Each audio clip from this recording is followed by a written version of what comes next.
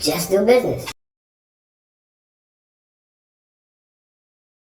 So breaking that down, so you're saying the GC, and that's what you do yourself, right? Right. How, like what made you want to say, hey man, I want to be the GC versus hiring a GC? Like, because I feel like I only can give myself what I want. Somebody else's vision might be a little different. You know, you definitely gonna need a very smart tech guy. You know, you're gonna need a great realtor broker, and you probably need somebody with some funding. You know, a lot of times people fund and do projects by themselves, which I don't did before, and it puts you in a stress situation. And often I tell people it's not bad to collab with people, or break that down, or get help. You know, so you can be able to move around the same way you did before you start the project. Because a lot of times I get into a project and I get head over heels with it, and now I'm searching. You know, where you can go in with some cushion. So me and a lot of my buddies, we help each other, even if you find a project and you feel like it's your baby that you don't want to give up. Me and my friends, we will lend each other money, and you can pay them back, but you won't just have a big stake in this project. And then it's some that we split the whole stake. We split the project, you know. So it's just about building relationships. Relationships. Collaboration. Right. Sometimes a lot of people don't even understand how to collaborate or how to connect with people and network with people. Right. Is there a way, is there a way to go about it? Like, how do you come with a business proposition? Because that's what the inquiring mind would like.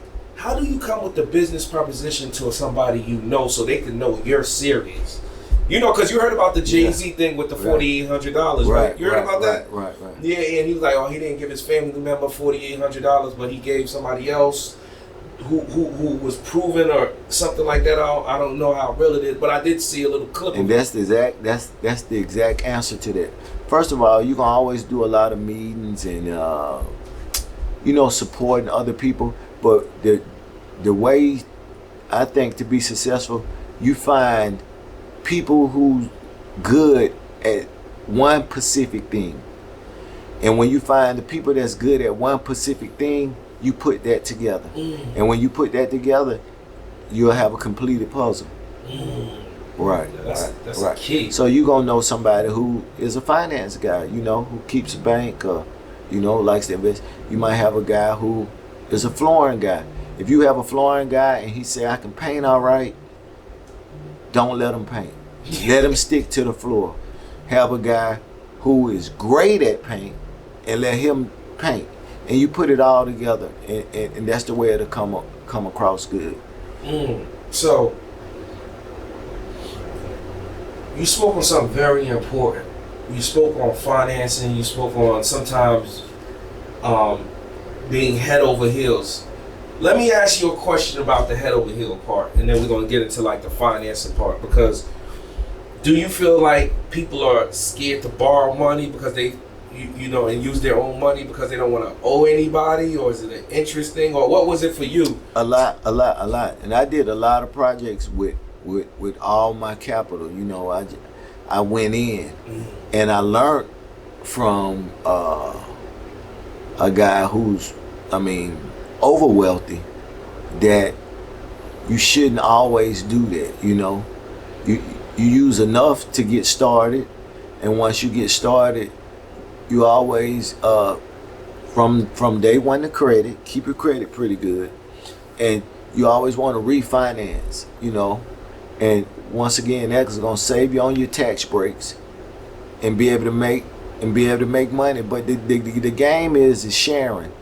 You got to realize that everybody needs to make a little money. So once you learn that, it will help you more. You're not gonna always hit the home run, but if you hit a base hit and a double multiple times, it's just as great or better than a home run.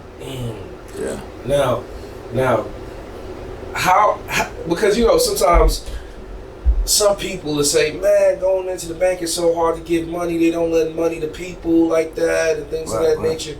What is like the secret ingredient to getting a banker to trust you and lend you multi-millions of dollars for properties? You know. So it's just like dealing with anybody day to day. You have to build a relationship. A banker is a human. It's a person.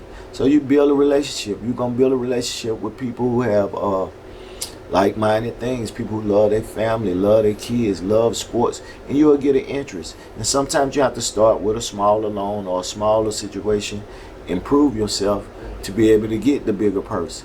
And it's not always the bank. I mean, it's people you see in your family who you know well off. It's great insurance policies that you can borrow off of. You know, it's downsizing your car to a basic car and using that extra money that you was paying to finance things. You know, so it's all kind of ways to be able to get the money. You know, God is good. Right. Now, I know you spoke about college. What was like your college background? Was it like economics or business?